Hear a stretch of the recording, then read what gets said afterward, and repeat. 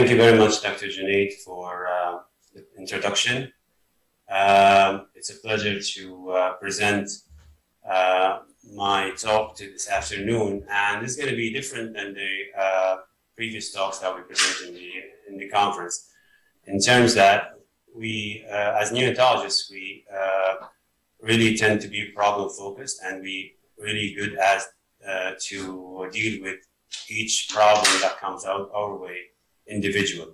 My goal of this presentation is to put all this together in a model of care that we envision to put the care of the babies as a one program to improve the outcome and to decrease the morbidities that comes with the premature birth.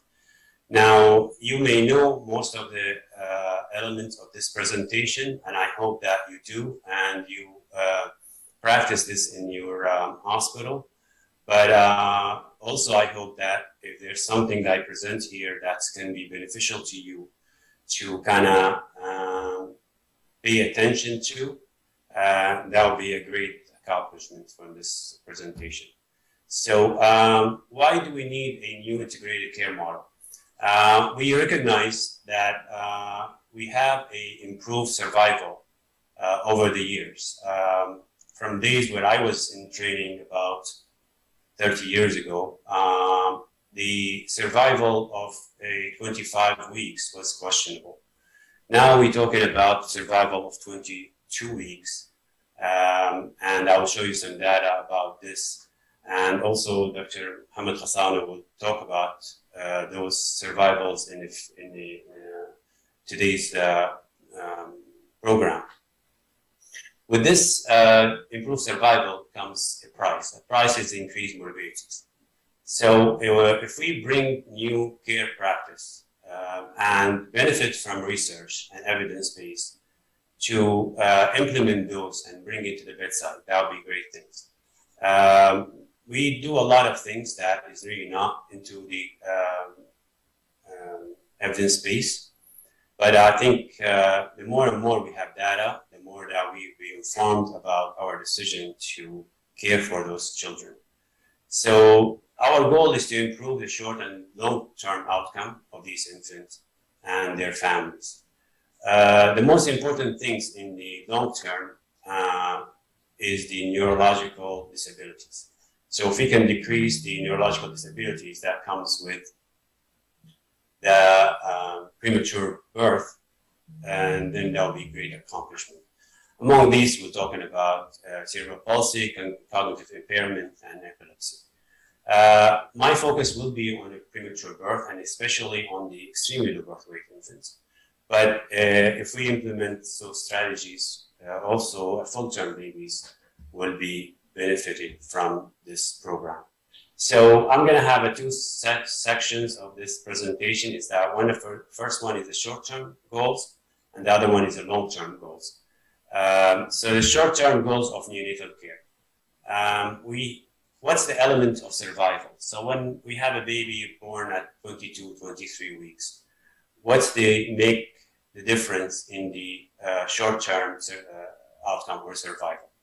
First of all, our intervention. So if we decided that we're going to resuscitate a baby who is 22, 23 weeks, that will increase the chance of their surviving. Also, as everything in life, the females are more advantaged than males, and among them in survival in extremely low birth weight infants. So being a female, that will give you more advantage. Antenatal steroids play a great role in the survival of the extremely low birth weight infant. And the clinical status at delivery, most of the death of extremely low birth weight infants happens around the delivery or the first few hours or days after deliveries. Also, the status in utero of those babies, so fetal growth status, IUGR, SGA, or normal weight, that affects the chances for survival. Just to give you an example of one simple things that we do to increase survival. This is from JAMA 2011, and show you the use of antenatal steroids. We did very great job in the last 20, 30 years in implementing antenatal steroids. And those improvement or success really affect the 24 and 25 weeks, where the rate of antenatal steroids is close to 80%. To a lesser degree of 23 weeks. But if you look at the 22 weeks, you see a lot of variation. And there's a lot of debate going between neonatologists and OB colleagues about the use of steroids at 22 weeks. As we see here from the NICHD, NIH network, is that the use of antenatal steroid at 22 weeks is about 20% at the most.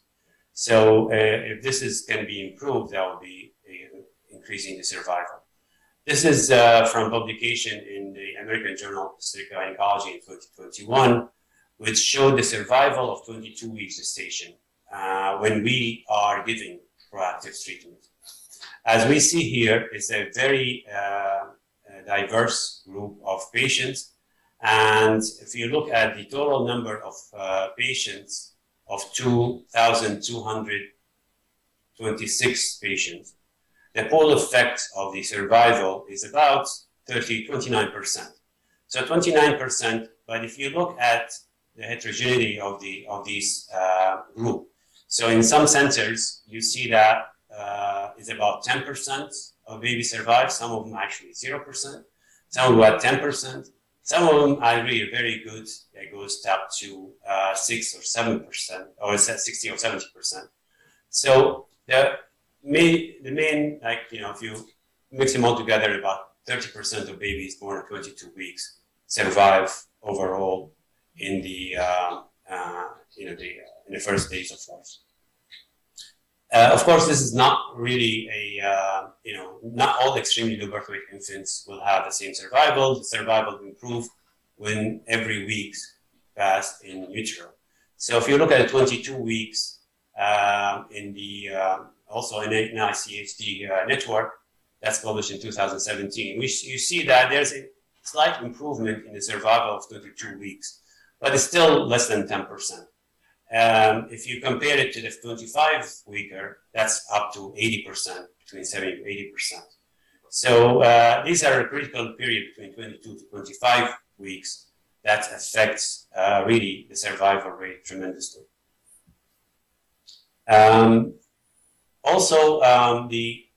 We have to think about survival as not a static phenomenon, it's like a dynamic number.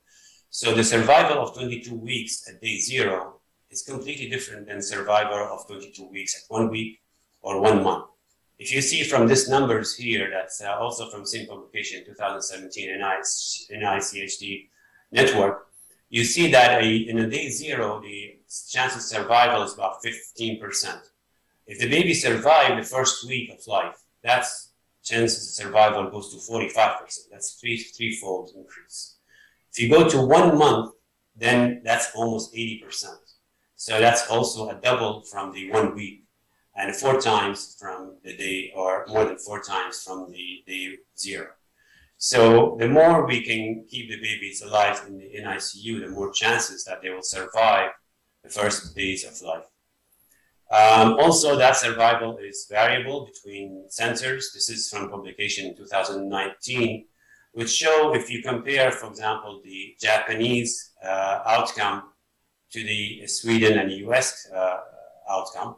In Japan, you have the 22 weeks surviving about 54%. The mortality is about 54%, where the mortality or death in the US grew from the time between 2008 to 2011 was 97%, so only 3%. If you look at 23 weeks, that death will decrease in the Japanese studies to about 27%, where in American studies will go 75%. Also, the neurodevelopment impairments in the Japanese is much less than the American studies. So there's a lot of variation across countries, but also if we talk not about survival, we talk about morbidity. Morbidity also is dynamic phenomenon, which is it's variable between the 22 weeks and the more mature babies at 24, 25 weeks. In the if you look, for example, in the Japanese neonatal research, and that's published this year in 2021 in Journal of Pediatrics, you can see that, for example, IVH in the Japanese studies, 22 weeks, is about 50%, where in 23 weeks will go down to almost 40%, and less to 10% in the 27 weeks. If you look at sepsis, sepsis in the 22 weeks is about 30%, where in 27 weeks will go down to almost 10%. And air leak in the 22 weeks will be around 10% in the 22, 23 weeks, where it goes down to less than 5% in the 27 weeks. So the morbidities and mortalities improve with the increased gestation, which is something that we already know about. So what's the consideration for offering care in a baby delivered less than 24 weeks? And Dr. Khasana will talk about more the ethical part of this question, but from clinical part, if we need to optimize the care of those 24 weeks or less, we need to have a good collaboration between the obstetric services and neonatology service to make sure that we're on the same page of the prenatal steroids or the mode of delivery and the care provided after the delivery. We need to include the parents on those discussions because the parents are the most important caregiver for those babies for the long haul, for their much more time than the time that I only spent in the NICU. Also, we have to have a shared decision between us, the parents, and all the medical fields that involve in the care of those babies. We have to have the appropriate equipment to care for those infants. So this extremely low birth weight infant, 22, 23 weeks, are better served if they born in tertiary centers where they have all the equipment that available to the baby, so they don't have to be transferred from one place or another for care. Also, we have to get the buy-in from our staff is that the care that we're providing for those extremely low birth weight infants is not futile. So those babies will have a future, will have a survival chance, and we need just to optimize their survival chance and decrease their chances for morbidity. And we need to track our outcome. We have an effort right now in all major hospitals in Abu Dhabi to look at our outcome for those babies in terms of survival, in terms of morbidity, and we'll share with everybody when we have this information analyzed. So moving to the second part of my presentation, which is the long-term outcome of this NICU care. And the main part of the long-term outcome, we'll talk about neurophysiological outcome. Now, if we look at the babies less than 26 weeks, and this from publication in Pediatrics 2020, if we look at extreme birth, extremely premature babies, so to have an intact neurodevelopment, you will have about zero neurodevelopmental disability.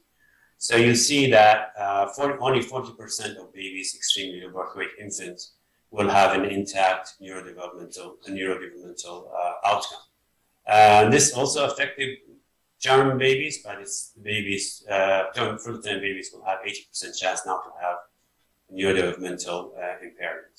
And for babies to have multiple neurodevelopmental impairments, you will see that premature babies will have more share than the full-term babies. What about IQ? IQ, if we compare the babies in extremely low birth weight infants with the average IQ, will be about 10 to 15 points more than less than the full-term counterpart.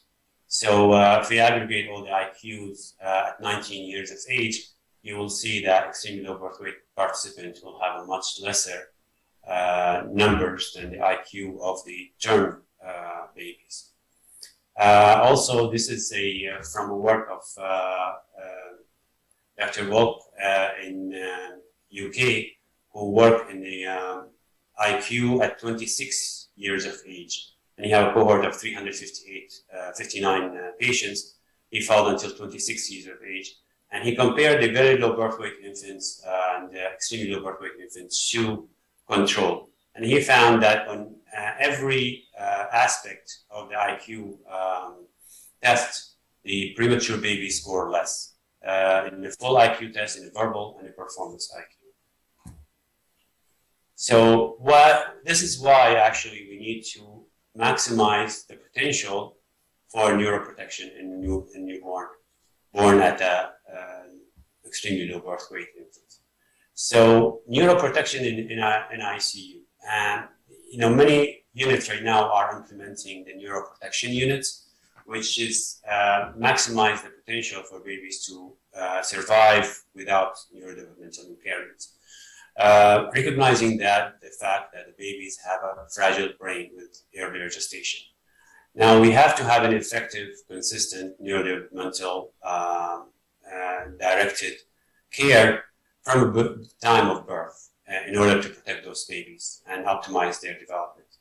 We have to provide family integrated neuroprotective developmentally supported care, which include the most important part of this care, which is providing a healing environment for those babies, to offer a calming and soothing approach that will keep whole family involved in the care for those babies. Now, we can utilize some of the existing monitoring technologies to minimize the interruption of the care or the procedure that we can actually stress the babies with. We use them very now frequently in our unit. One of them is amplitude integrated EEG to look for seizure activities or to monitor brain activities. We have the near-infrared spectroscopy to allow assessment of oxygen level of the brain or other organs in the body without being invasive or doing blood tests and unnecessary blood drawing. We have non-invasive CO2 monitoring to minimize also phlebotomy. So we need to utilize these for extremely low birth weight infants in order to minimize the stress. So this is the concept I would like to introduce, is a neonatal integrated developmental of care. The center of this project is to providing a healing environment, which is protecting the baby sensors. You have to protect the senses of the babies, which is the light, sound, taste, smell, and touch. Also, we need to optimize the baby's position in hand from the day one after the baby arrived from the NICU to protect their sleep, to minimize the stress or pain, to protect their skin and optimize nutrition. And also a very important part is to be partners with the families to deliver the care. So the center of this is providing healing environment. What we mean by healing environment is to protecting the sensory system of the babies. So sounds, I don't know how many of us will think about when we come and do rounds in the morning to speak in a very low voice, in a library voice when you do the rounds. How many of us will turn their phones off to vibrate during rounds so you don't have the ringing of the phone being amplified by the baby sitting inside the incubator? The lights, we have to protect babies' visual life. I would really like to request from you to, when you do rounds, look how many times we do procedure on the babies with the wide open eyes, that the baby staring at us. We need to have the baby's eyes closed during the procedures. We need to have, if we need a very bright lights to protect the baby's eyes during the procedure. We need to cover the isolates all the time to make sure the babies sleep without interruption. Smell, in time of COVID-19, when we have to use, a hand sterilizer or a sanitizer all the time, how many times we wait for the sanitizer to dry before we enter the isolate and then some of those sanitizers have a scent to them, and that can affect the baby's sense of smell. Also, we use perfumes, we use cologne. We need to kind of smell nice, but those smells can affect actually the baby's sense of smell. So there's some unit there is like really a ban on using cologne or perfume. touch or movement. When we touch the babies, we need to make sure that we don't do sudden moves. So we move the babies very slowly. We use both hands. We sometimes use 4 hands, to do any movement. When we do a procedure, we need to go back and move the babies to a more natural position with a flex position. Skin-to-skin contact is in every core measure of all these healing environment. You're going to see it going again and again and again, because providing the most healing environment for the baby is the core of it, is skin-to-skin with the parents. I say parents, that means including the father and the mother. Environment of care also, involve how we do with our units, how we design our units. So the best design would have a private room where you have the parents sitting in the room most of the time, or as much time that they want, not to feel their burden on us. They're involved in the rounds, they're involved in the discussion about the care. We do cycle lightning, we have minimize the noise, as I mentioned before. So skin to skin, you see it going mentioned a lot of times during this presentation, because it's really shown by evidence that babies will have more kangaroo care, will have a higher daily and mental score, motor scores. You have a higher IQ, you have better brain complexity, more synapses, and you have, if you look at them at 2 and 4 weeks, you have more maturity than their non-kangaroo care counterparts. So we have to be careful when we move the babies. We move with both hands. When you do procedure, we have 4 hands. And when you do blood drawing, you need to bundle the blood drawing so we don't interrupt the baby so many times. In the core measure 2, partnering with the family, we have to be partners with the family. We have to make them feel welcome when they come to the NICU. We answer to their questions. We involve them in rounds. We answer their questions, and we know that they're going through emotional phase when they have a premature baby. So we have to expect them to ask us a lot of questions. We have to encourage them to have skin-to-skin contact with the babies. That's because that heals the wound of the interrupted bonding that they're supposed to have after the baby is born. Positioning babies, we have to maintain the head at midline position. In our hospital, we maintain the head at 72 hours at the midline position. This is very important when the baby is on a ventilator. So the ventilator tube will not move the head to one side or another. You have to be on midline. Also, we have to maintain the babies in the posture, which is simulate the womb or the uterus posture.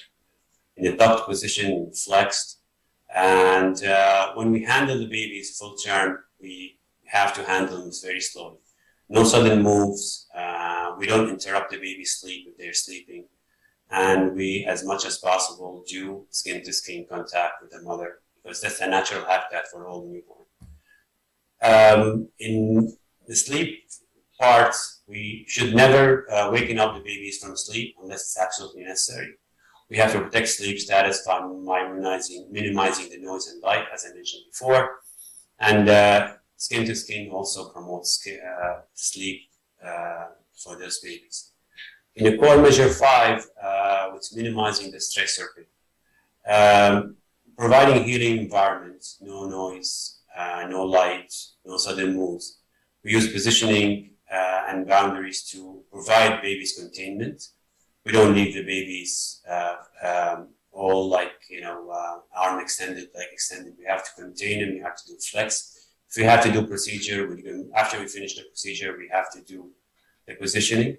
Any procedure that we do the sucrose, we have to give it 2 minutes, we have to understand the physiology, how it works, and what time is given for it to work before we do the procedure. We have to provide adequate analgesia for painful procedure, especially if you have any ET tube or PICC line or any procedure that's painful. And it's better to do the procedure. I know it's difficult sometimes, but if you do skin-to-skin during the procedure, that will really improve, will provide an extra analgesic effect. In protecting the skin, we have to monitor humidity level, and we maintain high humidity level for 5 to 7 days after baby is born, because that minimizes the electrolyte disturbance and the fluid loss. We have to monitor nasal septum. We have to check the nasal septum, especially if baby have nasal bronchs. We have to protect it from being broken down by the nasal bronchs. We have to have also examined subtle skin many times. Among them is the oral mucosa, the diaper area for candida fungal infection, and also skin to skin will have support the maturation of the brain and they protect the whole environment of the baby. So optimizing nutrition is the last core measure. We have to explain to the parents that human milk is an optimal diet. We have to discuss the medical need. We discuss when they should pump, and we support the mother in early continuing milk supply. We provide ongoing breastfeeding education. We explain to the mothers things that can improve the milk supply, and among them is the also bonding and the skin-to-skin contact. We have to use cue-based. We have to understand when the baby telling us that the baby is stressed or the baby hungry. We don't have to wait for infants to be on certain hours to be fed, and that's more for the full-term babies and premature babies. And we have to be supporting breastfeeding prior to discharge. So neonatal nutrition is one major part for improving the outcome. I know we don't want to be very chubby, but having babies growing well, have a healthy brain growth also. And the optimizing nutrition for neuroprotection is optimizing protein, the essential fatty acids, and the mother milk. And also, we have to understand that infusion of milk through any apparatus that we do, we lose a lot of fats and a lot of nutrition gone through that way. So in summary, the guiding principle for integrated care is we have to support all infants in the critical period of growth, and understanding that the minute that the babies come to our unit are the time that we can affect the future, for a long term. The babies, the care should be rational. We have to treat the babies as they are full human being and a person, and we don't treat them like a patient. We call them, this is my people who work with me, they know that by second day we have to call the babies with the first names. And that's sometimes people think that's weird, but we really need to treat them like a human being, that they have their own unique identity. We do an exam with the babies, not to the babies, and we note the individual differences and preferences of each baby that they have. Emotional connection with the parents is essential for optimal care. Parents are the most important caregivers in their baby life for long term. We have to support parents, infants, attachment in every possible way in ICU, and we provide support to the parents in every way possible. Skin to skin, if you don't remember anything in the skin to skin is the thing that you remember. Skin to skin contact is most important fundamental form of neuroprotection care. The mother is a natural habitat for the babies. All skin to skin contact support all 7 of the neuroprotection core measures. So you have to encourage the facilitate the skin contact whenever it's possible. With that, I hope that I give you some information about this program, and I hope that you implement this integrated care in your unit. And thank you very much for listening.